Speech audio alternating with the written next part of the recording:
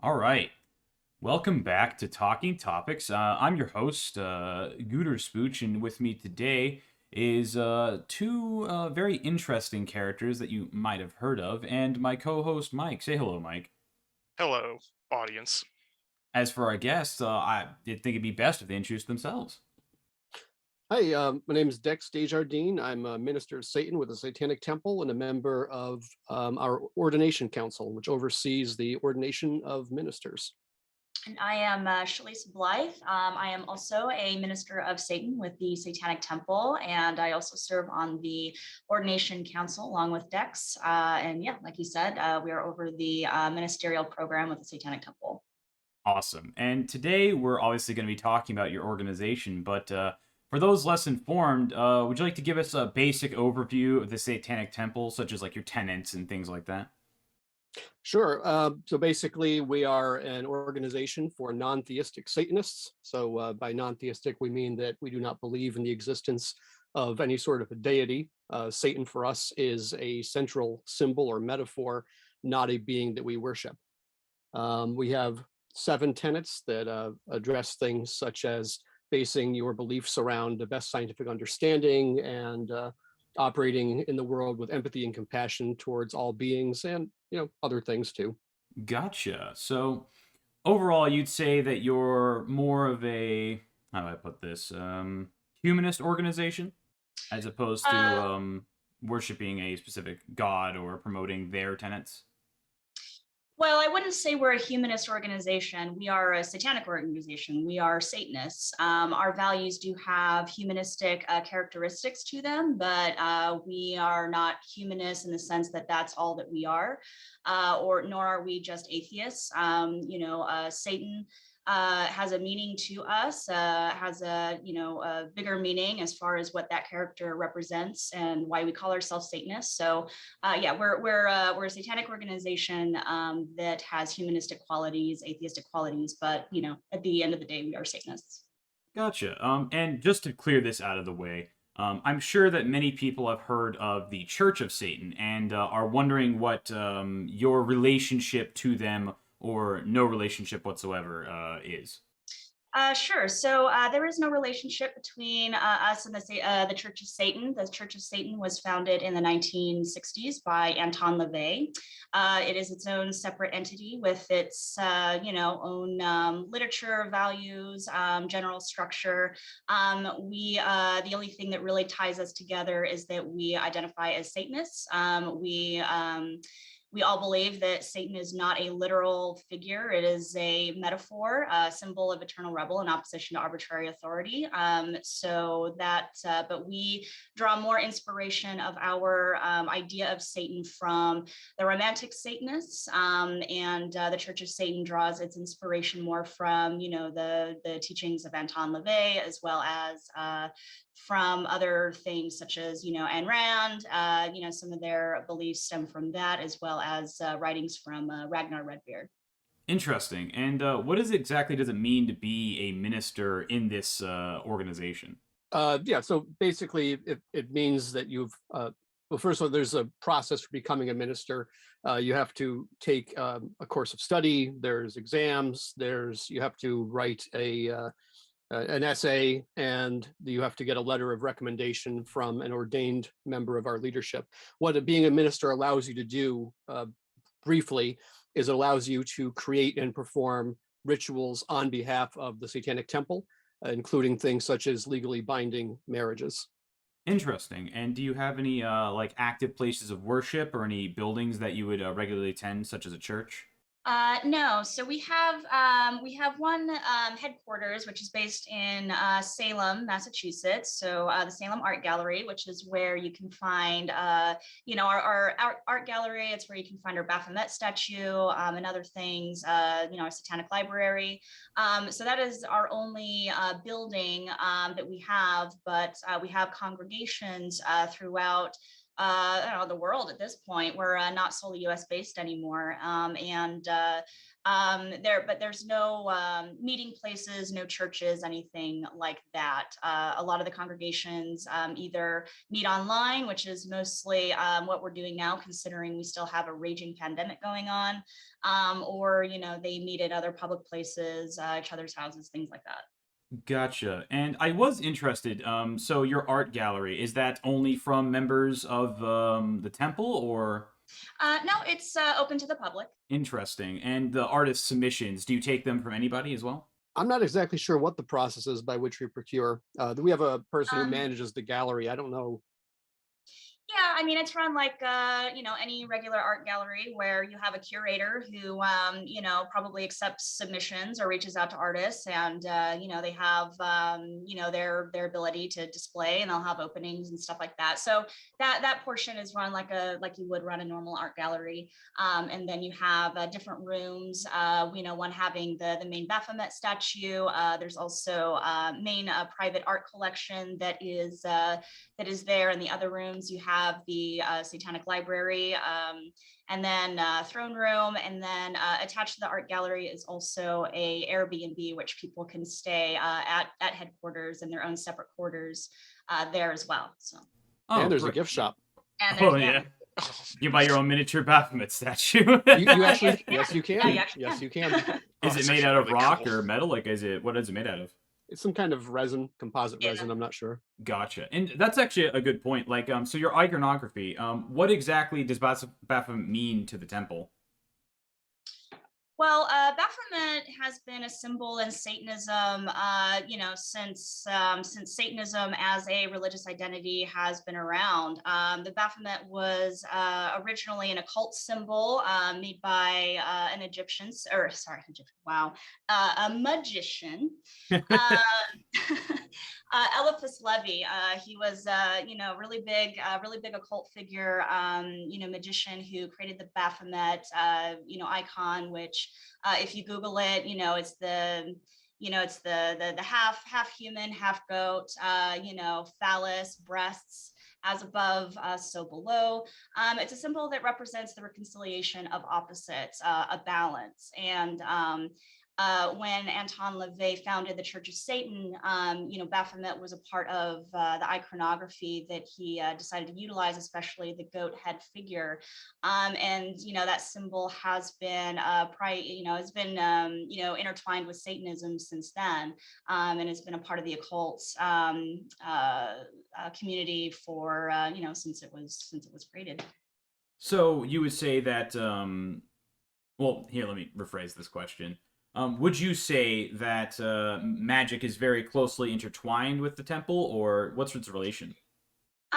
So when we talk about magic in Satanism, there is a concept known as greater or lesser magic. And when we talk about magic, we are not talking about magic that you would think of in things like witchcraft, or the things you get from TV and movies.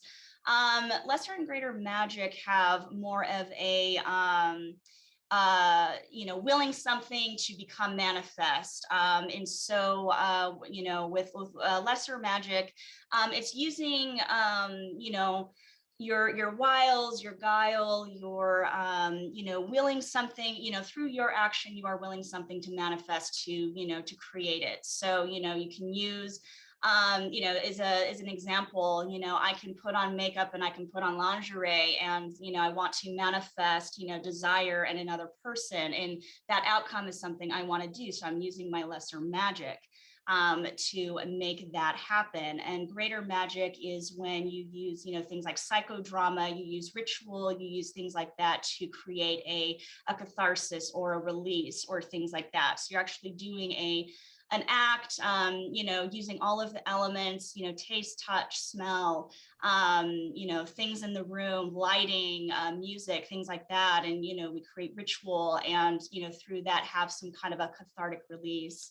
And that's been a concept that's been around, for a lot longer than, Satanism has been a codified religious identity, but it is a part of satanic practice. And with a satanic temple, we don't really, acknowledge, we don't really practice, greater or lesser magic. That's more of a Church of Satan type thing. But a lot of us do that in our individualistic satanic practice. The Satanic Temple has ritual. It has, and individual members, have their own rituals and their own things that they do. And so even if they're not, calling it or saying, yeah, I practice lesser greater magic, it really is just, when we implement ritual, that's a greater magic, but we don't necessarily refer to it as that. But that's essentially, it's based off of, historical satanic practice. And since everyone's satanic practice is very individualized, some people utilize it, some people don't, or some people kind of use variations in between. Interesting. So you would say that, like, for example, political activism such as rallying and such would be a form of lesser magic? No, I would say that is just a part of our, doing something to will something into reality. That would be, I guess it would be more of a greater magic type concept. But when it comes to, the activism, really, it's not really based on anything like, greater or lesser magic. We are individuals that live in a collective society where we see these, we see our political figures, we see, major religious figures, using their will over us to deny us our rights. And as Satanists, we embrace our identity, around the ultimate rebel against arbitrary authority. And because of that, because we are guided by those values and guided by that identity, we do not accept those wills being imposed over our own, and we do not accept, these laws and institutions, to guide our lives. And so our activism is really merely just an extension of our religious values. So the church is somewhat active politically, you would say. Well, I mean, my uterus is not, my uterus is not a political issue. It is my personal, it is my personal body. It is my, it is my autonomy. But unfortunately, what I do with my uterus happens to be politicized by those outside of me. So, since I care very much about, the laws that are made surrounding, my bodily autonomy, it is unfortunately a political thing. So we don't deem it a political thing, but that's what society has deemed it. So in that way, when we talk about things like abortion rights, or anything that has to do with our bodily autonomy, yes, I guess you could say we are political, but we're not a political organization. But we do we do have activism, that happens to be political, but that's not the goal. Gotcha. So you'd say, I'm sorry, go ahead. I was going to say, people often think of the Satanic Temple as being sort of this leftist or progressive activist group that uses the name of Satan to troll, which is completely backwards from what's actually going on. The scope of our activism is actually very, very limited, and intentionally so, and basically comes down to the basic question is, are our equal rights before the law as Satanists being trampled upon, whether it's bodily autonomy or any other thing where a particular religious viewpoint is being imposed upon us. That's the only time we really engage in activism of any sort. And it's an interesting thing. We get, ever since we had the documentary released a couple of years ago by Penny Lane, Hail Satan, it's called. And we were flooded with applicants after that came out, most of whom had absolutely no idea what we are actually about. Because if you watch the documentary, it just looks like, well, here's a bunch of spooky ACLU kids. And of course, those of us who had been doing this for years at that point were like, oh God, no, make it stop. That's not who we are. That's not what we do.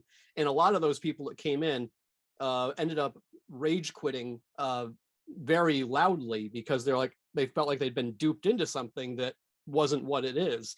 And we're like, no, we never said that. That was what other people said about us, not what we've ever said about ourselves. So you would say that individual members of the temple do engage in political activities, but the temple itself only engages so much as to maintain your own freedoms? Yeah, I would say that would be, fairly accurate. I mean, the organization itself has its own, mission and values, but those who come into Satanism, do so for their own individual, wants, desires, and what Satanism means to them. That could mean that they align more with COS. It could mean they align more with TST. It could mean that they don't align with any organization whatsoever. That they are, they identify as Satanists and have no interest in being a part of any group, either way. But there's no litmus test for what political beliefs that you should have to be a Satanist. And so, outside of the things that, we do actively, publicly, that might, speak to somebody why they would join TST, their own, values and how they apply Satanism can inform how they engage, privately in any area. It just kind of depends on the issues at hand and what's important to the individuals. But yeah, there's people that do things on their own time, of their own volition, and then there is the greater organization that is guided by the tenets, is guided by our mission, our values, and that informs what we do or do not engage in as a group.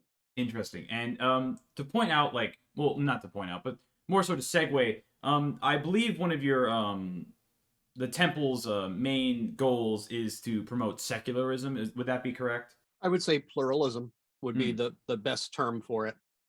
And how would you describe that, working for the audience? Basically that we're in a society that does not have an official religion. It has never been.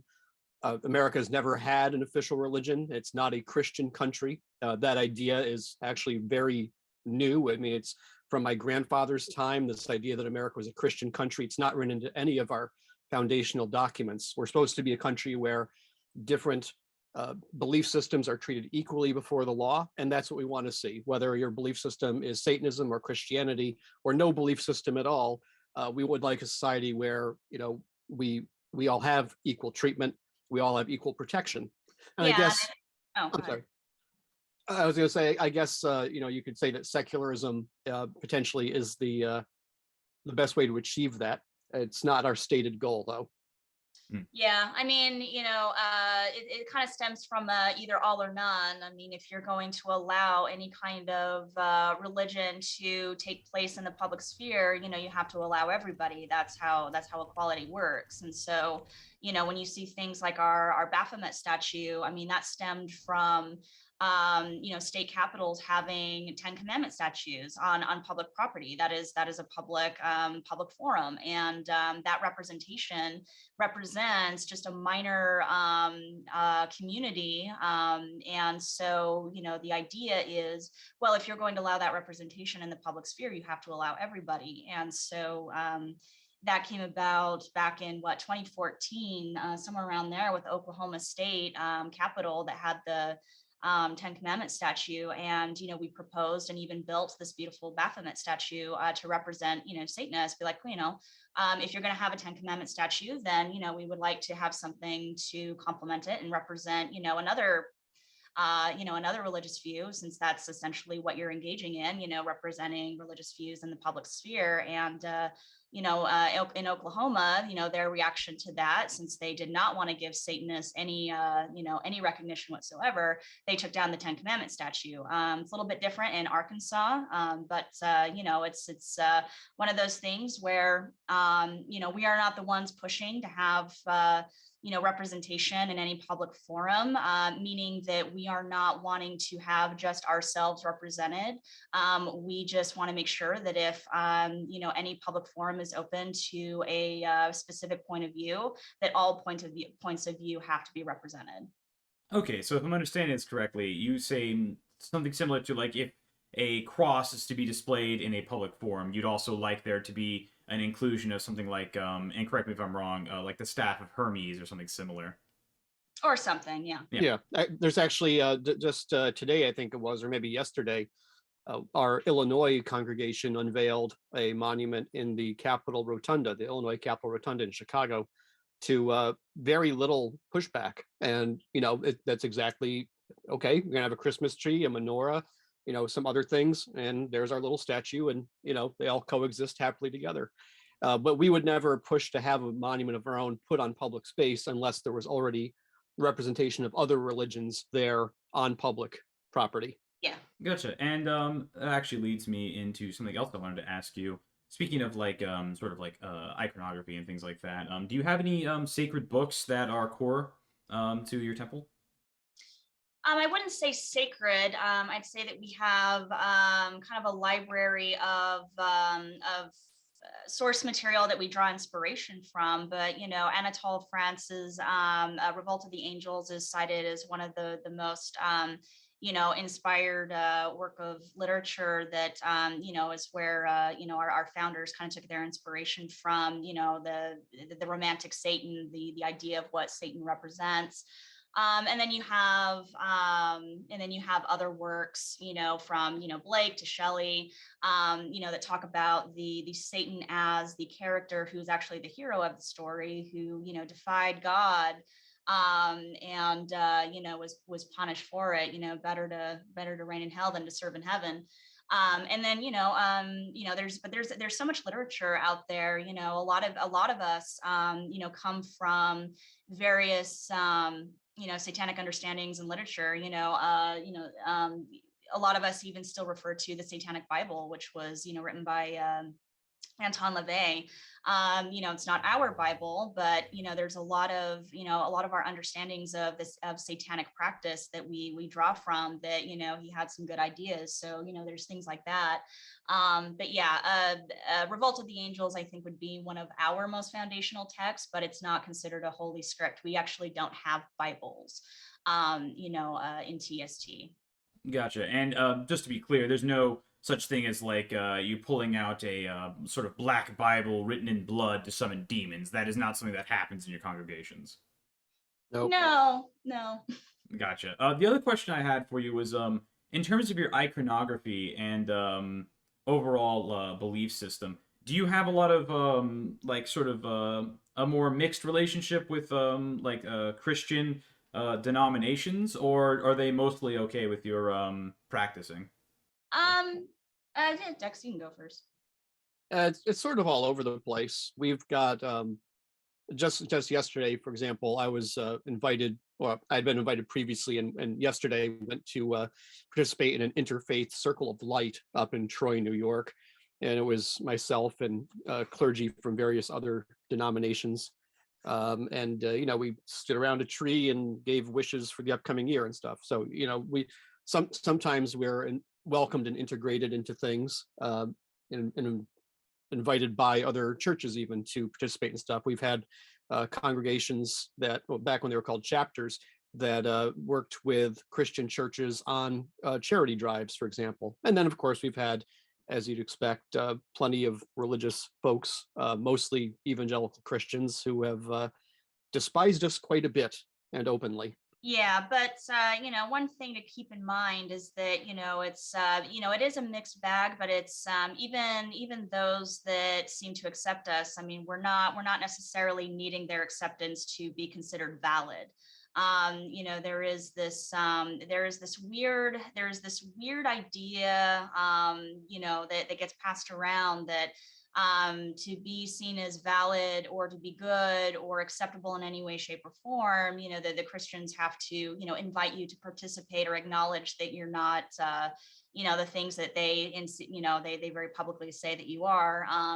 And that's not really the goal. That doesn't make us any more or less legitimate as a religious identity. So we're not openly or even intentionally antagonistic towards other religions. We feel that everyone has the freedom to believe in the things that they want to believe.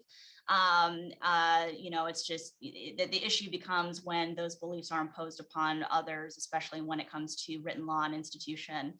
Yeah, I mean, would we rather have a good relationship with other religions than not? Well, of course, but we accept the fact that we embrace our identities as, being the outsiders, and being an outsider means that you're going to have people that just don't accept what you are. They're going to see you as being the caricature from Rosemary's Baby or other things, or going to believe satanic panic rhetoric.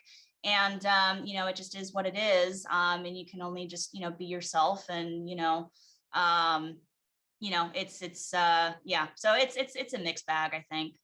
Interesting. And speaking of things like Rosemary's Baby, do you feel that shows like, for example, American Horror Story has a lot of satanic elements and things of that nature? Do you believe that that is detrimental to what your church is looking for in terms of like a public image, or against your messaging? What do you think about? Sorry, your temple. My apologies. But do you think that overall that media is detrimental, or do you think it's better for a sort of like at least smidgen of representation? So when it comes to people's concepts of what Satanism is, what is considered satanic, I mean, when you say something satanic, I mean, that could have, myriad types of, connotations. Christians used to be considered satanic, Jews are still considered to be satanic. Muslims are considered satanic. So, that word itself just means, something that is other and, seen in a negative light, outsider, other. So when it comes to, media representations of, Satanism, satanic iconography, there's there was this moral panic back in the 80s and 90s, called the Satanic Panic. And, anybody who, listened to certain types of music, anyone who dressed a certain way, looked a certain way, they were accused of, engaging in ritual sacrifice. They were accused of doing all these, horrendous things that were absolutely not true and are completely antithetical to satanic practice. So over the years, and people still have that imagery in their head when they think of Satanists, and that keeps getting perpetuated, by media, and then in the media, those representations have really helped continue that tradition.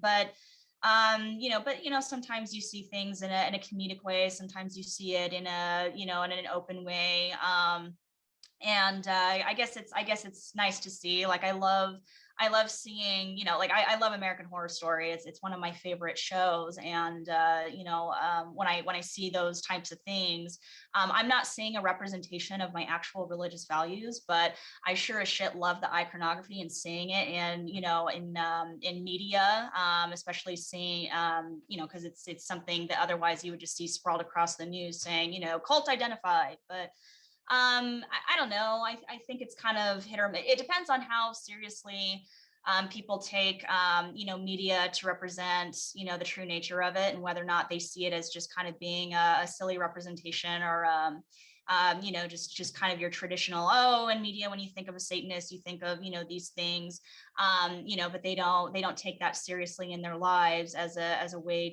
to think that that's how actual Satanists, practice and look even.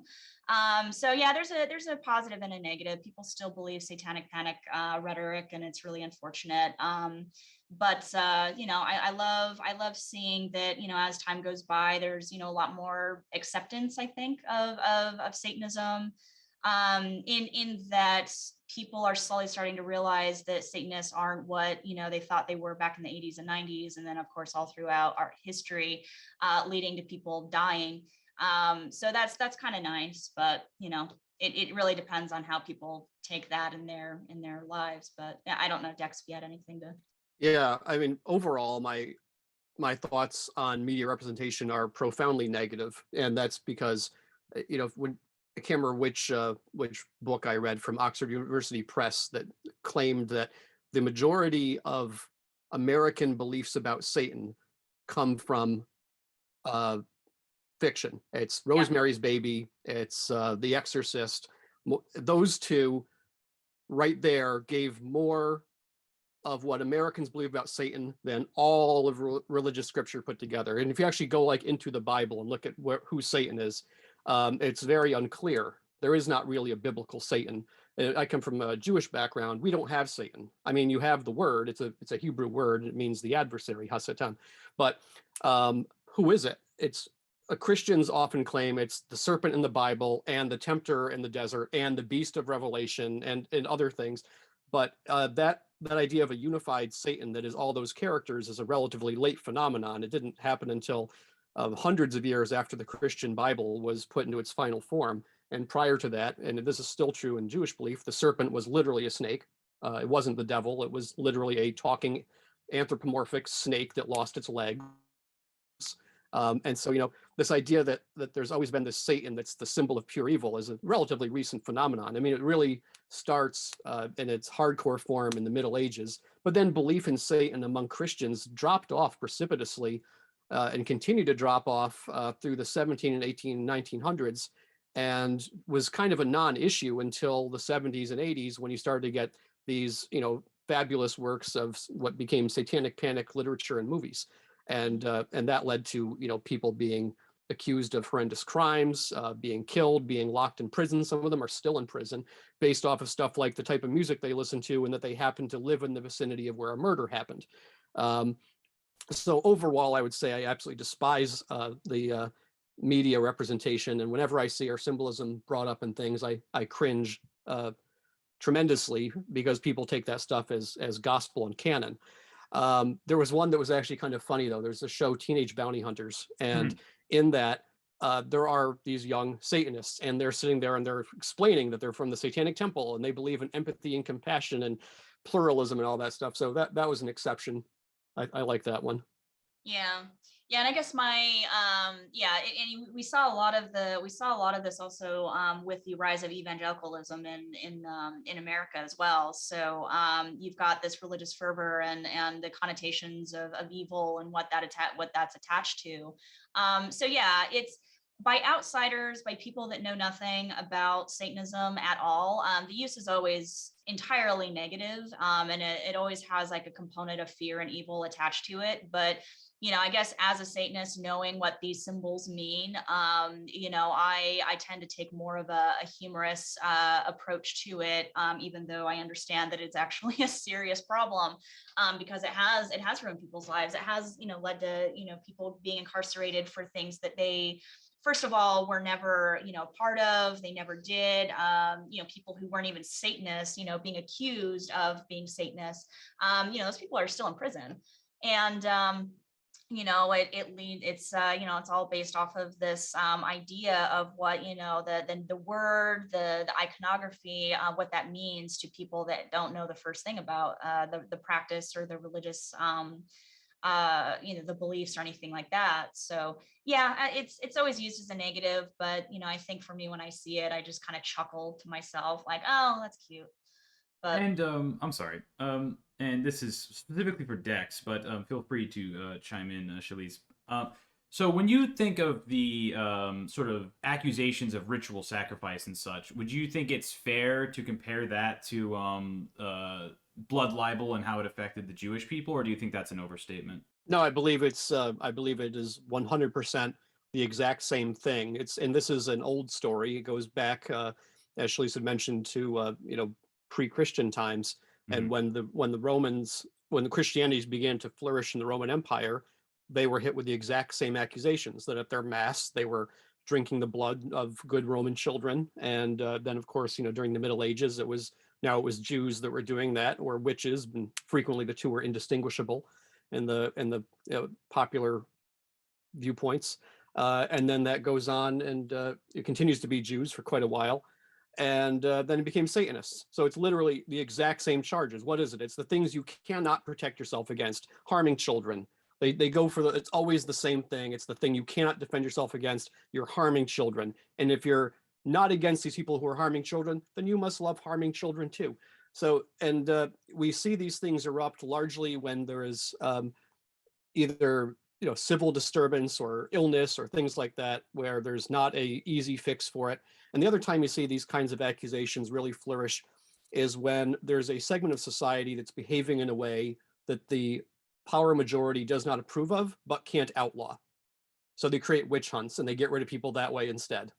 And would you say that the popular idea, at least in like sort of like the cultural zeitgeist of Satan as this amalgamation of many, many, many different sources, most of which people have not even bothered investigating, is a sort of way to otherize and singularize an enemy for these people to go after? Oh yeah, absolutely, 100%. And you feel that your organization falls victim to that simply because there might be some people who disagree vehemently with your stances on many different topics. Probably. It's interesting. When you talk about these satanic panics and witch trials and stuff, the people that seem to skate through unfazed by this are the actual Satanists. What I mean by that is, during the 70s and or the 80s and 90s and stuff, and more recently, the people who are being convicted of satanic panic crimes and being persecuted, it's not Anton LaVey, it's not Lucian Greaves, it's good Christian folk who go to church, who are frequently being called the Satanists. They're the ones doing the bad stuff. In the meantime, folks like me and a lot of others are just kind of skating by, and you hear some stuff offhand about being, whatever terrible thing we're being accused of, but most of the actual consequences seem to fall on people who weren't Satanists at all. Would you say that's more because your organization has a bit more legal protection as an organization as opposed to individuals receiving these accusations?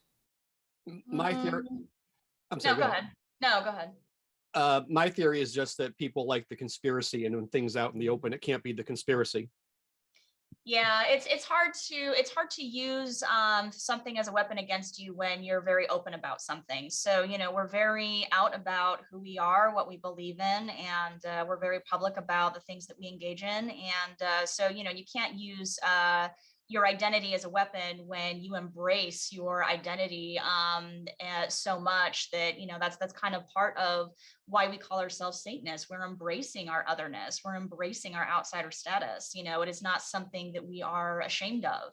And so you can't use something as a weapon when you're not ashamed of it. And to kind of go back a little bit, to Dex's point about it affecting primarily people who actually don't have anything to Satanism.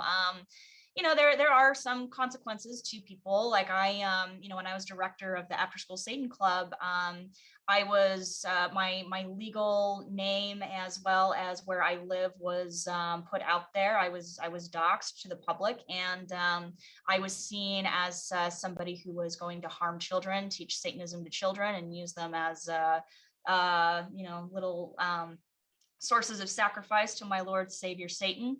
And there was somebody that ended up coming to my house intent on killing me. And so it doesn't come without its negative consequence, especially when you are so out and very unapologetic about your identity and the things you do, especially when the things you're doing are not wrong. We are not doing anything illegal. We're not doing anything that is wrong or harmful. We're not harming anybody. We are embracing our identity and living very fulfilling, rich lives, especially as a religious community. But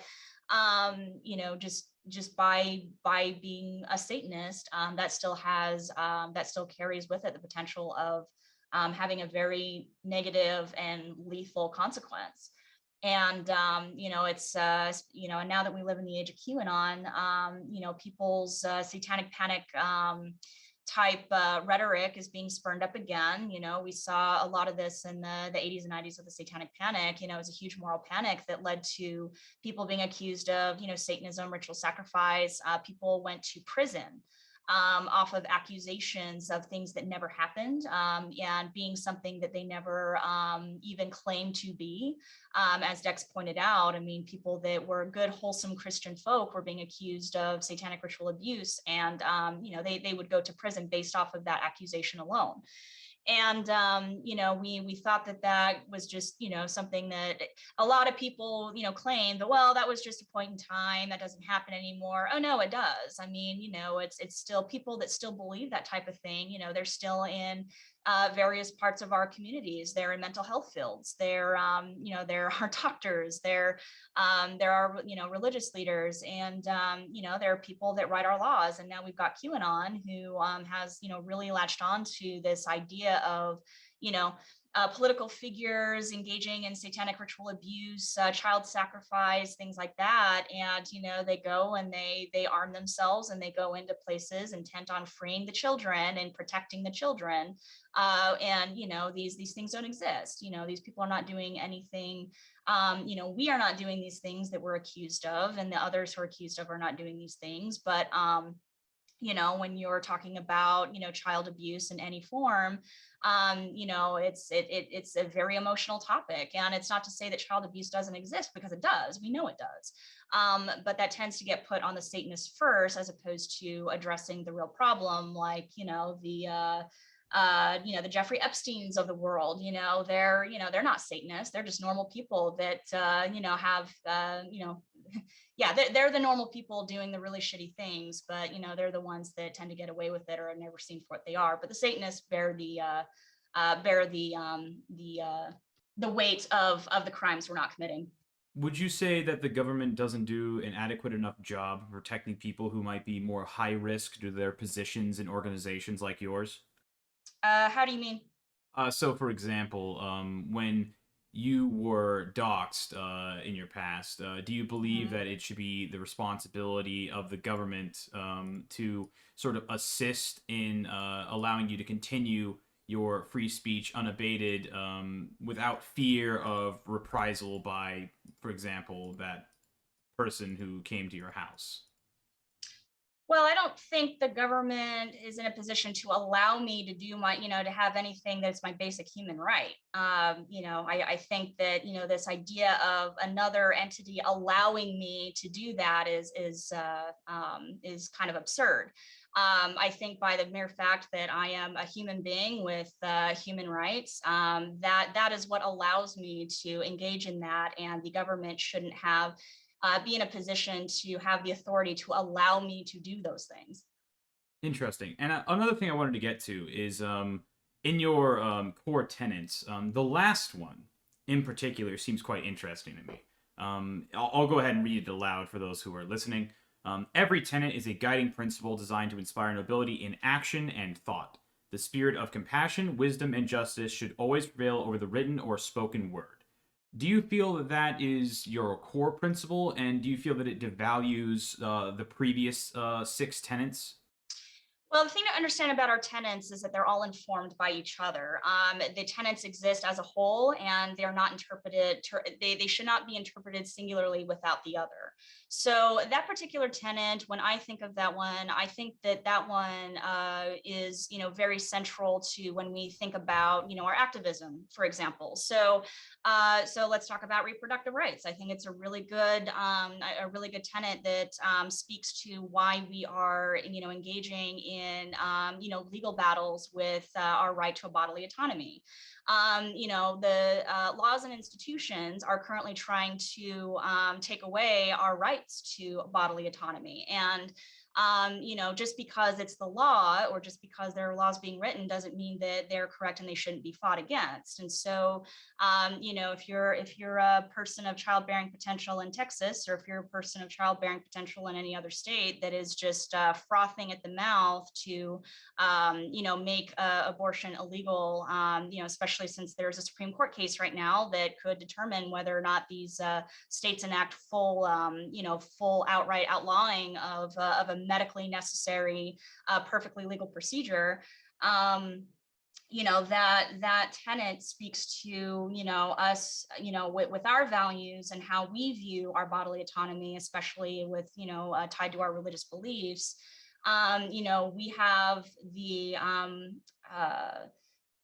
We have the responsibility to fight against those. The laws and institutions that oppress us should never be allowed to continue doing so just because it's technically in the laws. So that's how I kind of frame that tenet. I'm sure Dex, has some other things to say, but yeah, the thing about the tenets in general, they're all informed by each other and should not be seen as separate. Yeah, I agree with that completely, and I think I've always viewed the 7th tenet as being sort of the one that ties the other ones all together. It's the unifying one. Interesting. And do you believe that because of this sort of like, correct me if I'm misphrasing this, but the need to sort of fight or rebel against these unfair laws, do you think that your organization would then implicitly promote a form of anarchism? Not necessarily. And what's your opinion on that sort of viewpoint that people might have of you, that you believe necessarily that because you have the right to rebel against unfair practices, that you should, how do I put this? You should be watched mindfully by the government. Well, so we don't advocate for law breaking per se. When I think about the pursuit of justice and going beyond laws and institutions, I think of like the Anne Frank example. Just because something is legal doesn't mean it's right. Or another example, being forced to catch runaway slaves was the law at one time, and by disobeying that law, you were not advocating anarchy, you were advocating for humanity. And so there's nuance to it. Interesting. Yeah, it's definitely not a cut and dry thing. I mean, I guess people could see our would associate us with anarchy, but it's everything that we do, fighting the things that we do, has a moral center, has a moral guiding principle to it. So like Dex said, just because something is legal doesn't mean it's right.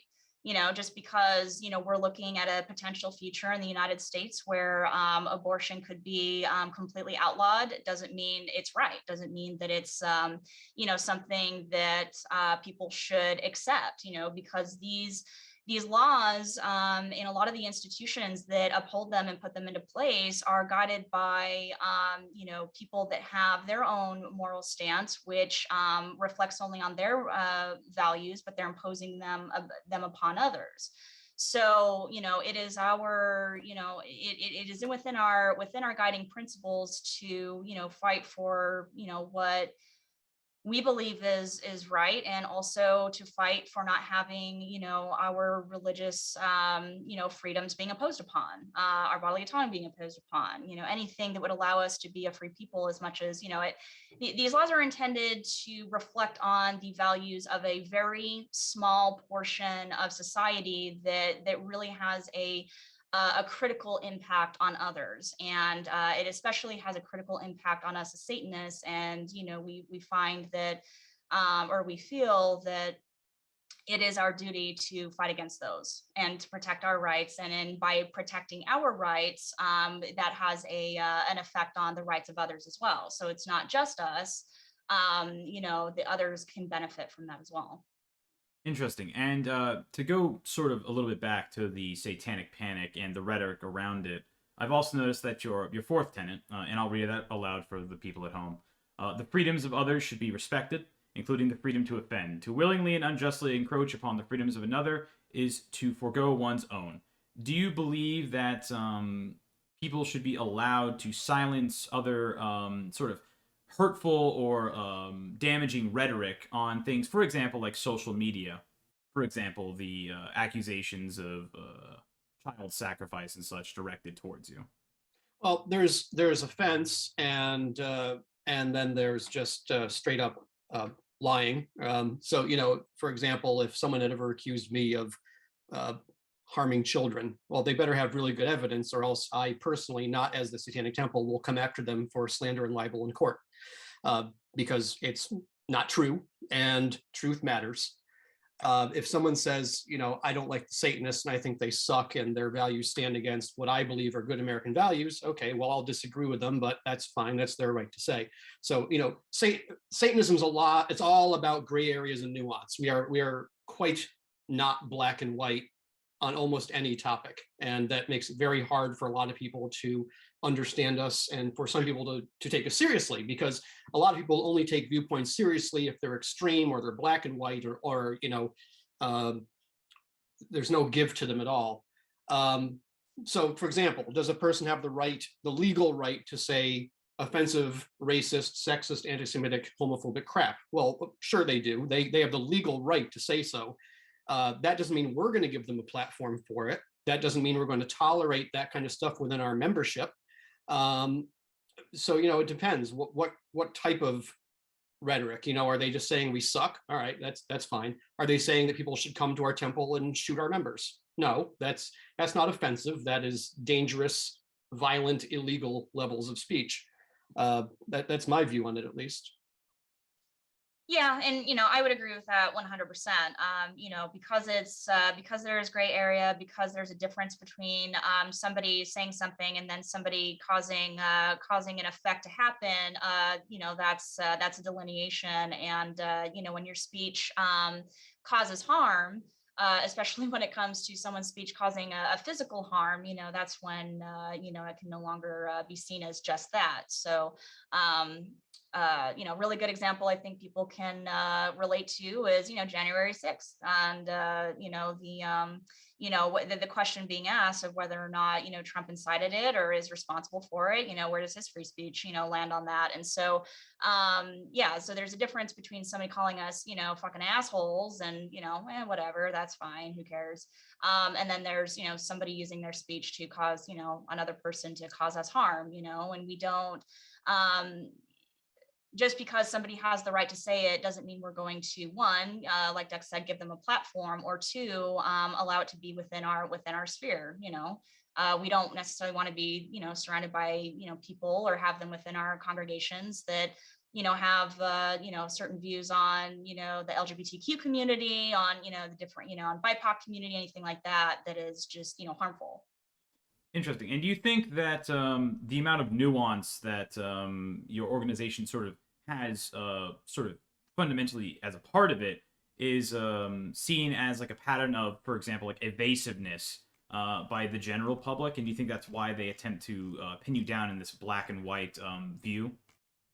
Well, people tend to think that they have moral or any kind of superiority of thought and beliefs. And so that's where black and white comes from as a society. That's what we're raised to do. And so if you don't have absolute rightness in all of your ideas or the things you stand for, then people view not having that black and white stance on things as well, this must not be real. This must be some kind of joke. This must be this, because we as a society and other religions don't see things with nuance, don't see the gray, don't understand the complexities of human nature, and don't understand the complexities of everything. And they don't like complexity. They like things that are simple. They like people telling them what to do, what to do, what not to do, because that's simple and that's it's not hard. And for us as Satanists, we embrace the gray, the nuance, the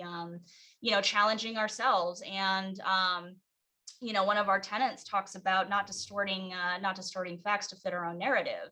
And that's kind of where we, embrace that nuance, because, in science, for example, something that we understood to be correct 100 years ago, through scientific discovery is being proved wrong, and that's okay. That's how our understanding of the world works. We can think something functions or is. We have absolute certainty in one thing one day, but through more evidence find out, oh, that's actually not the case. And there's no ego behind that. There's no, being wrong, isn't a bad thing. You're just like, oh, okay, well, now that I have more information now, I understand this particular thing in a completely new concept, and that's perfectly fine. And that's our understanding. And, it evolves. And we are open to that evolution of thought within ourselves, and with our own beliefs. And I think that's again something that a lot of people don't understand, and because of that they have a hard time taking us seriously, or think that this is just some some hoax, political ploy, something like that.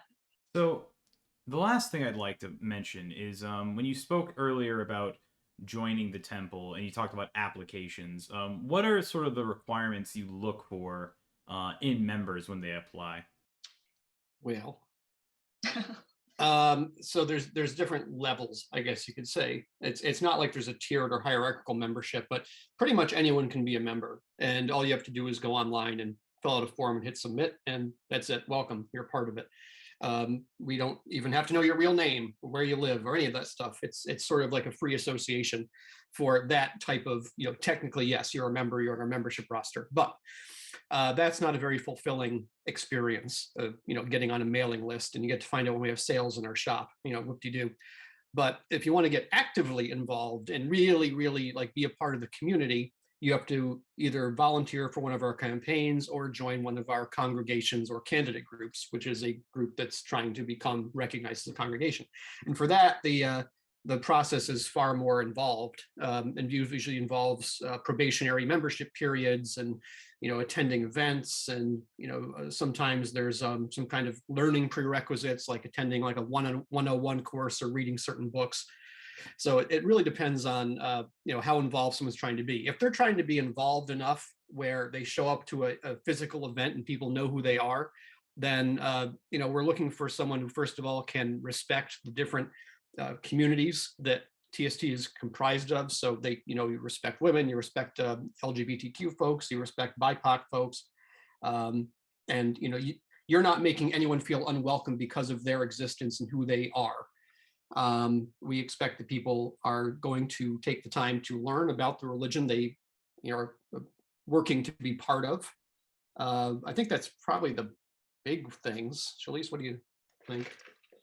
Yeah, so every congregation has the ability to determine, what criteria they want for people that, want to be an official part of the congregation. So they set up their own criteria of, how involved they are, and how many events they have to show up to before they get. Yeah, it's a little different depending on the congregation you belong to, and then the different campaigns have different criteria of people they want to have involved and stuff like that. So there's a lot of variability in that, but yeah, I think what Dex talked about is fairly uniform across the board, with some various things that the other congregations or campaigns determined to be suited to their needs or suited to their very specific community and the things that community needs or is about. So but first and foremost, I think understanding what we are, but most importantly, understanding what we're not, is the unifying thing across the board of what membership should be. Gotcha. And for this, we're coming up at the end of our show. For these last 4 minutes or so. Yeah, actually, I just want to. Yeah. I want to jump in with something really quick. He lives. Yes. Well, I've just been actually very engrossed in the discussion, so I apologize for not. You're remarkable orators. That's what he means to say. Yes, for not jumping in more. But I was curious if either or both of you have a like a project or particular sort of a piece of activism that either you personally or like the temple in part or in whole has been like has worked on throughout the years. Oh yeah. Oh yeah. Okay, so why don't you go first? You've been doing this longer. Yeah, so when it comes to the special projects that the Satanic Temple has that are very near and dear my heart, the first and foremost, Grey Faction.